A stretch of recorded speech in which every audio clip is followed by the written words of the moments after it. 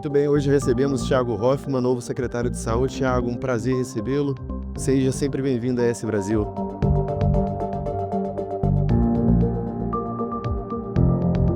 Obrigado, Robson. Um prazer estar aqui com vocês da S Brasil, conversando sobre esse novo desafio que é a Secretaria Estadual de Saúde. Bom, já abordando então um pouquinho sobre esse novo desafio, secretário, gostaria que o senhor pontuasse, na sua opinião, nessas primeiras semanas de ambientação também com a pasta, qual o seu principal desafio, principal legado que o senhor pretende deixar para a saúde? Olha, Robson, primeiro dizer que é uma determinação do nosso governador Renato Casagrande, do vice-governador Ricardo Ferraço, que a gente aproxime a saúde das pessoas. Hoje, a Secretaria de Saúde possui dados que nos mostram o quanto um paciente, em um determinado município, ele se desloca para fazer uma consulta especializada, um exame especializado ou uma cirurgia.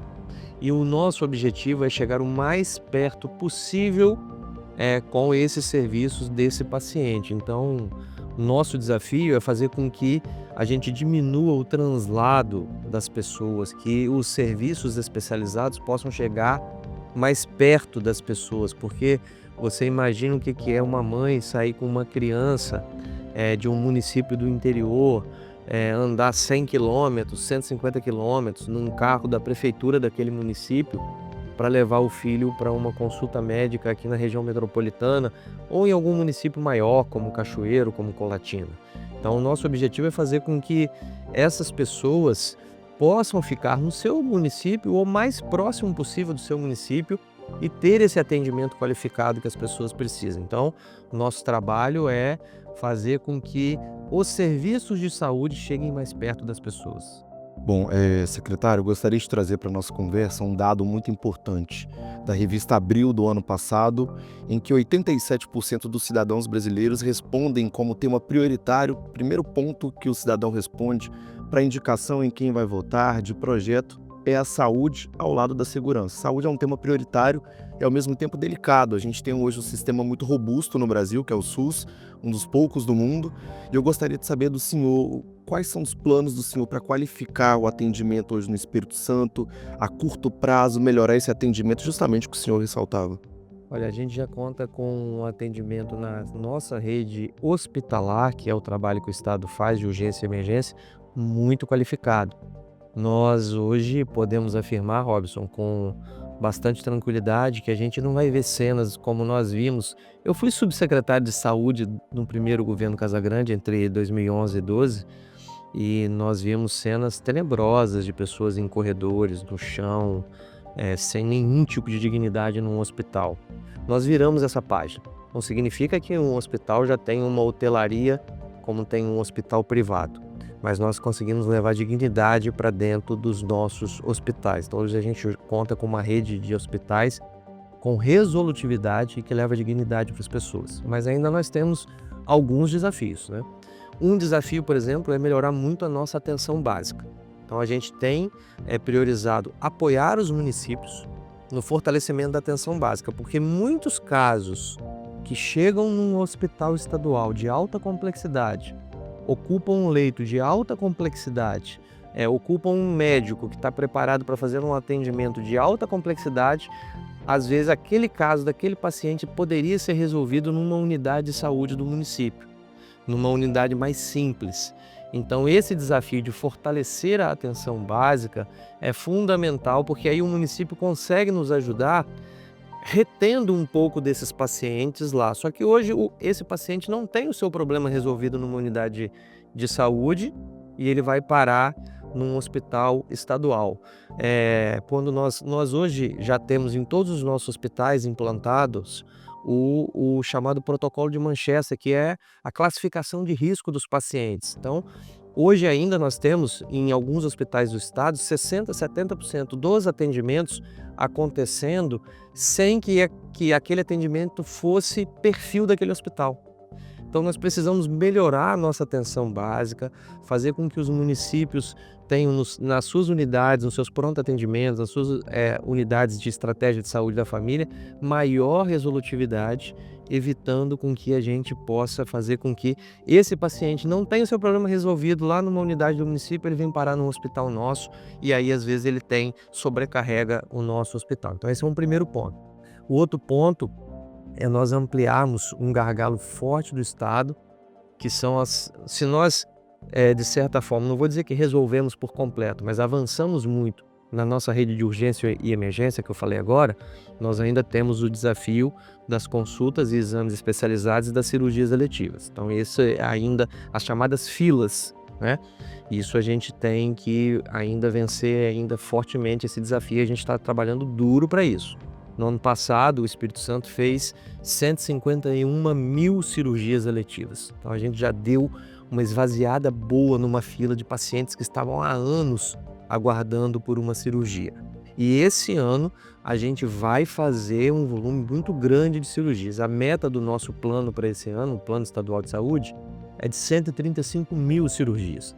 E óbvio, como a gente fez 150 mil no ano passado, a meta é de 135 desse ano, mas a gente quer superar essa meta, mantendo pelo menos o nível daquilo que a gente fez no ano passado. Ou seja, a gente vai fazer um volume muito grande de cirurgias eletivas. E o mesmo vale para consultas e exames. No final do ano passado, o governador fez um anúncio de 1.900.000 consultas e exames especializados.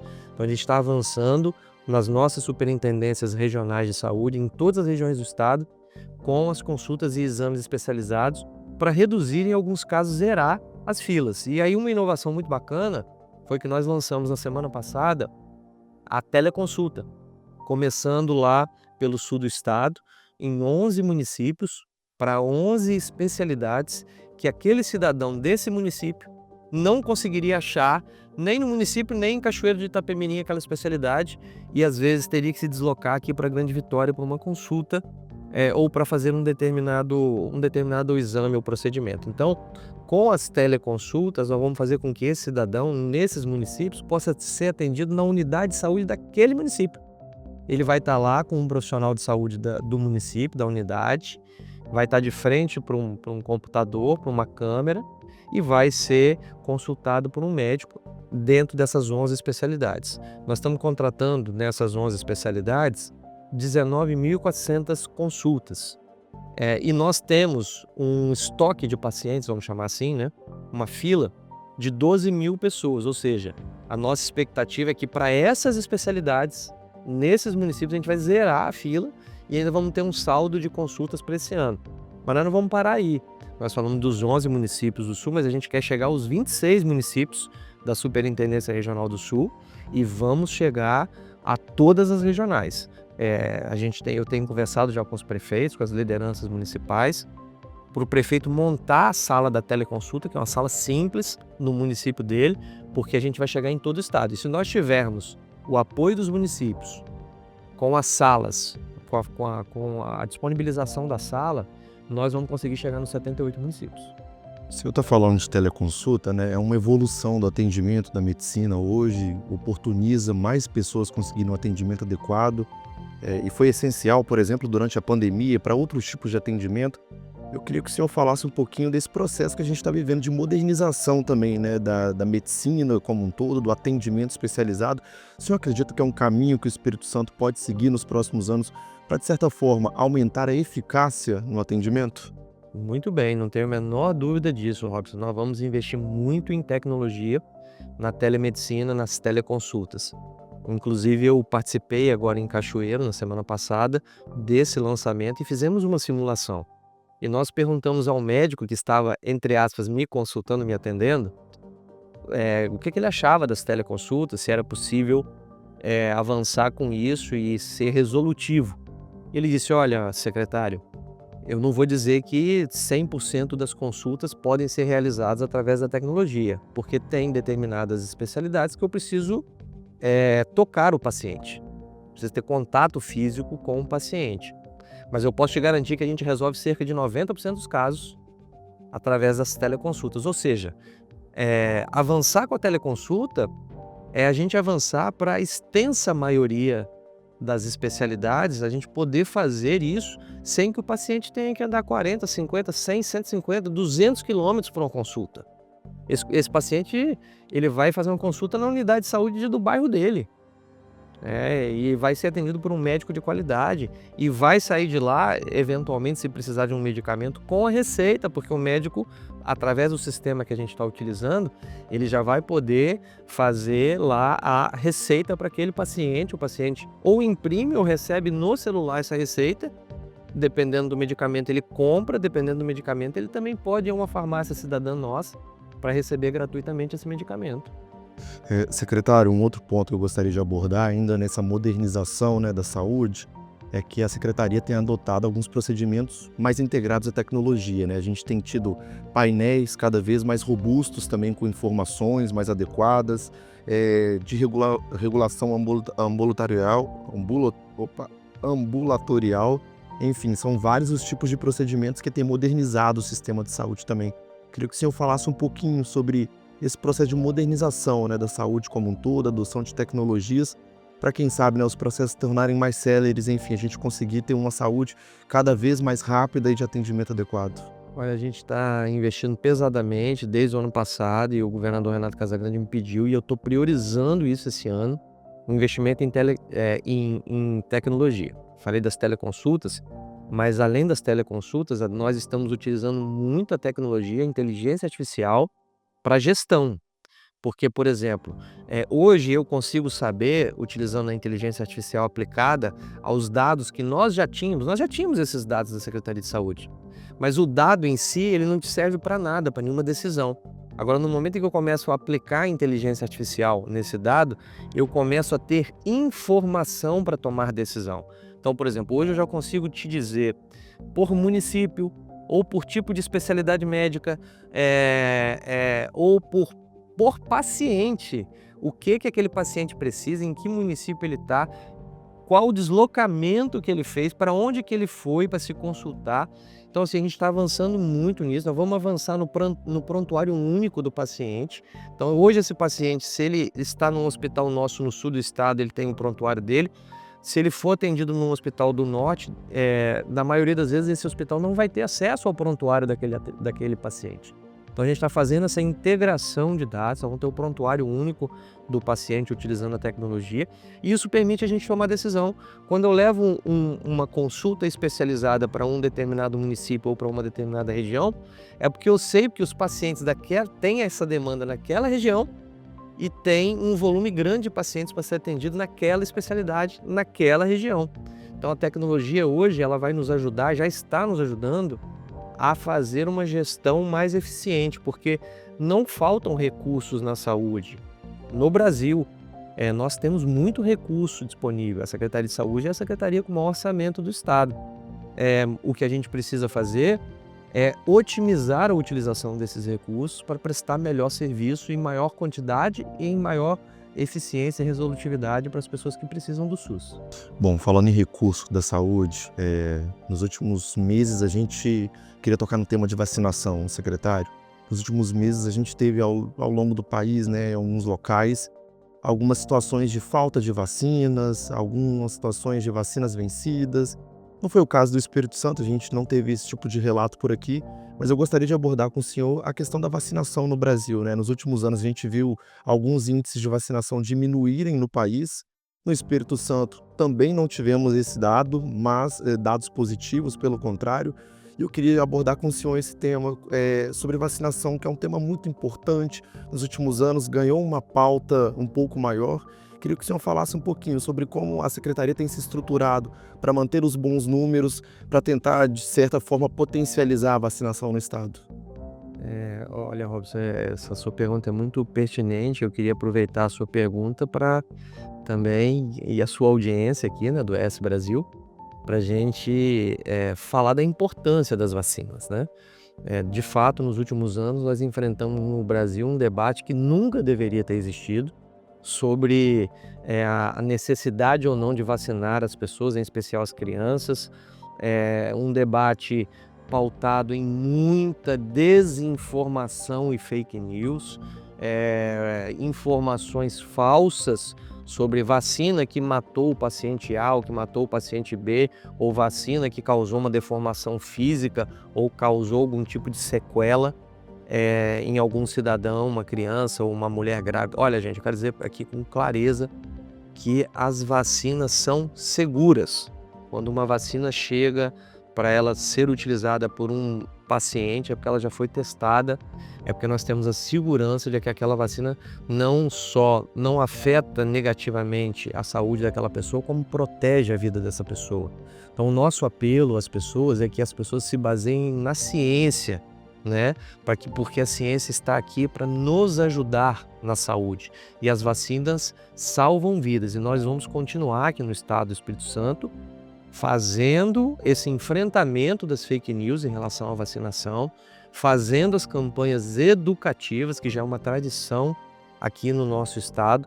Nós vamos aumentar essas campanhas para dentro das unidades escolares estaduais e municipais, em parceria com os municípios, para que a gente possa enfrentar eventual fake news sobre vacinação. E isso tem feito bom efeito aqui no estado.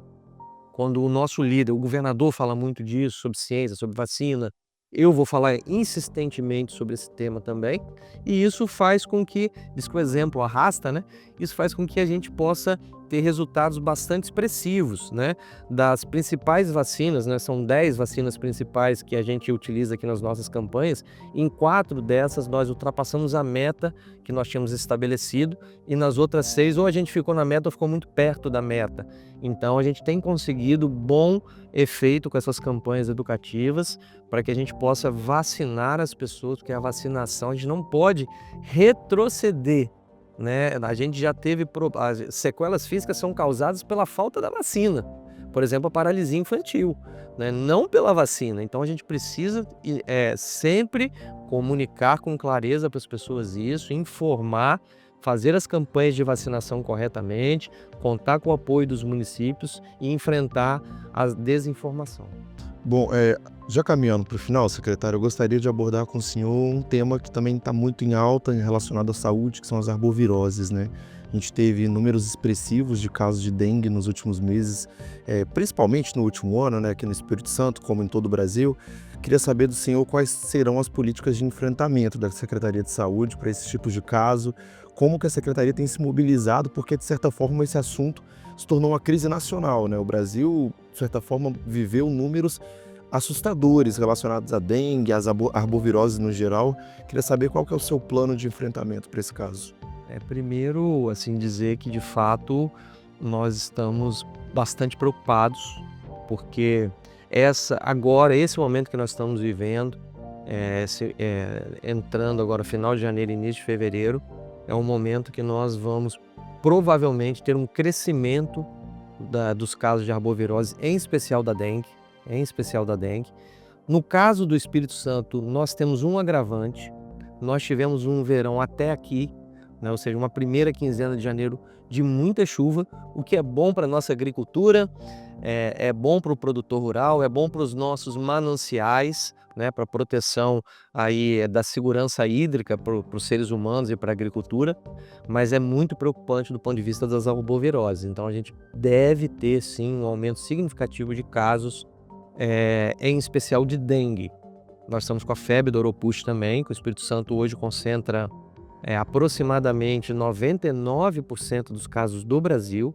Então a gente tem uma preocupação grande com esse momento. O que nós estamos fazendo? Primeiro, remontando a sala de situação. O governador Renato Casagrande e o vice-governador Ricardo Ferraz, nas próximas semanas, no início de fevereiro, nós vamos lançar, com a presença dos prefeitos, secretários de saúde municipais, a sala de situação, que é um espaço para a gente comunicar com o cidadão as ações da Secretaria de Saúde e um espaço também para a gente comunicar com os municípios e fazer uma ação integrada com os municípios. Então a sala de situação é um movimento importante de integração da nossa ação e de comunicação com as pessoas. Mas a gente vai também, já estamos com algumas ações também em parceria com o Ministério, né? Nós estamos aguardando recursos do Ministério que já estão sendo repassados para a nossa vigilância, para fortalecermos o Fumacê, que no caso da dengue é importante, para fortalecermos também e aumentarmos a quantidade de equipes de agentes comunitários de saúde, que são aquelas pessoas que passam na casa das pessoas. A fiscalização, né, como é chamado. Exatamente. Além de fazer a fiscalização, fazem também lá a visita e identificação de potenciais focos de criadouros do mosquito da dengue, né? Então, a gente vai fazer esse fortalecimento dessas equipes, que é uma ação que funciona muito bem. Mas a gente também precisa fazer um apelo à população, né? Aproveitando novamente a sua audiência para fazer um apelo.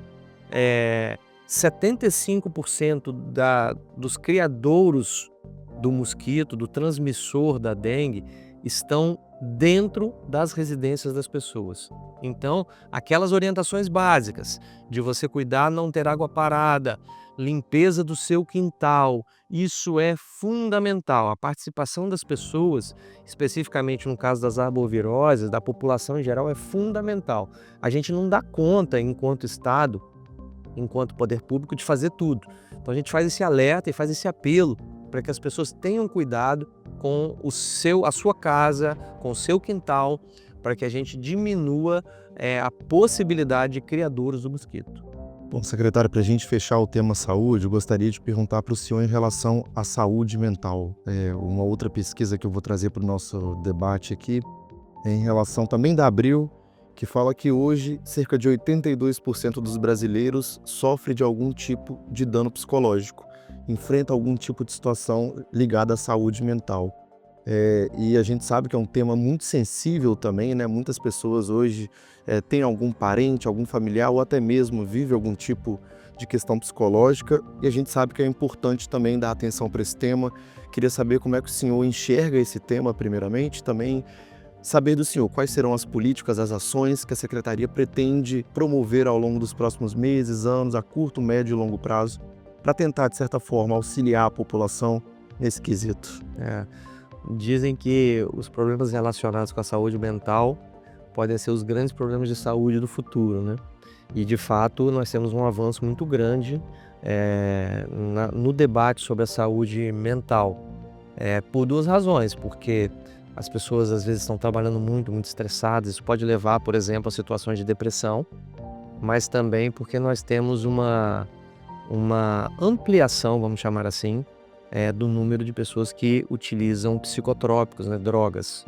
Então isso também afeta grandemente a questão da saúde mental. O que nós temos em relação à saúde mental é, primeiro, nós temos rede hospitalar própria para atender casos que necessitam de internação. Então nós temos hoje o nosso EAC, né, que é o antigo Hospital Adalto Botelho, que fica lá em Cariacica, que nós temos leitos psiquiátricos lá para casos de internação, e nós temos também no sul do estado o CAPAAC, que é uma unidade específica também para esse tipo de atendimento. Mas a política de saúde mental é uma política que também precisa do envolvimento dos municípios, e nós vamos atuar enquanto Estado como agentes para fortalecer a política municipal, principalmente em relação aos CAPs, que são unidades que o Estado pode fazer o investimento, mas a operação é uma operação municipal. Então a gente vai dialogar com os municípios, entender a demanda que eles têm de CAPs, para que a gente possa lançar brevemente um plano de investimentos nessa área, ainda agora no primeiro trimestre ou no primeiro semestre desse ano, para que a gente possa fazer um investimento robusto de fortalecimento nos municípios das unidades de atendimento de saúde mental, no caso os CAPs. Bom, secretário, agora só mudando um pouquinho a chave do nosso tema para a gente encerrar, queria perguntar para o senhor sobre a saída para a Secretaria de Saúde, né? O senhor agora é um deputado licenciado, o senhor tinha mandato na Assembleia Legislativa, aceitou o convite do governador Renato Casagrande. O senhor, no ano passado mesmo, falou que estaria pronto caso o governador solicitasse para assumir alguma pasta, e acabou sendo a Secretaria de Saúde. Queria saber como é que foi esse convite, como é que o senhor recebeu e o que te motivou para essa mudança. Eu sempre coloquei nas entrevistas que eu dei no fim do ano passado, quando eu era perguntado se eu voltaria a compor o governo, do governador Renato Casagrande, o que é uma pergunta do ponto de vista da política bastante, vamos chamar assim, de normal, porque pela minha relação histórica de lealdade ao projeto político que o governador Renato Casagrande lidera, né? Fui secretário dele por muitos anos em diversas pastas, né? Essa já é a quinta passagem no governo do Casagrande como secretário, a quarta pasta diferente que eu estou gerindo com muita honra e com muito orgulho. E eu sempre respondi que eu estava pronto para aquilo que o governador, como bom soldado que sou, para aquilo que o governador me desse como missão. Se o governador precisasse de mim continuando na Assembleia, eu continuaria na Assembleia de bom grado. Estou feliz demais com o meu mandato, estou feliz com o meu mandato de deputado estadual.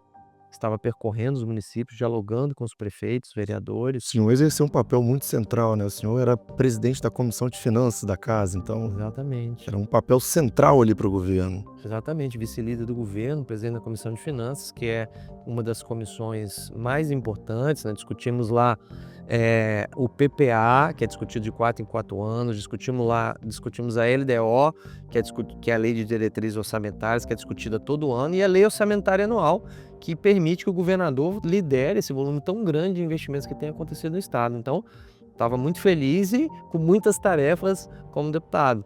Mas no fim do ano passado ele me fez esse convite, esse desafio, que era em relação à Secretaria de Saúde, e eu recebi, te respondendo, recebi com surpresa, não esperava o convite para a Secretaria de Saúde, mas recebi de bom grado e aceitei o desafio. É o maior desafio da minha vida, eu não tenho, na minha vida profissional, não tenho a menor dúvida disso. A Secretaria tem mais de 8.000 servidores. Os números lá são todos muito grandes, né? São mais de 8.000 servidores. A Secretaria tem uma rede de hospitais próprios, filantrópicos, com organizações sociais, então é uma rede complexa hospitalar.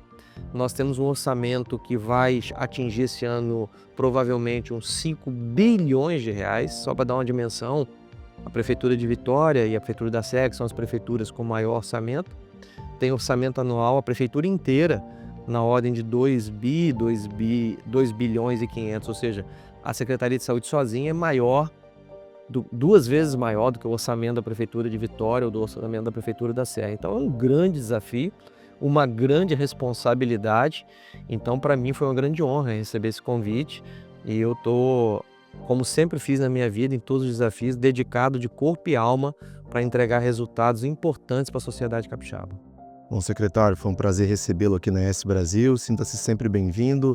Foi um prazer ter o senhor nesse espaço. Eu agradeço mais uma vez o convite, fico sempre à disposição para que a gente possa esclarecer qualquer coisa em relação à Secretaria de Saúde, trazer informação para as pessoas. Agradeço o espaço, a oportunidade de conversar com essa audiência é tão importante, levando informação sobre a saúde no estado do Espírito Santo. Muito obrigado, secretário. E para você de casa que nos acompanhou até este momento, eu convido você a acessar o nosso site para ficar por dentro dessas e outras informações. esbrasil.com.br. Até a próxima!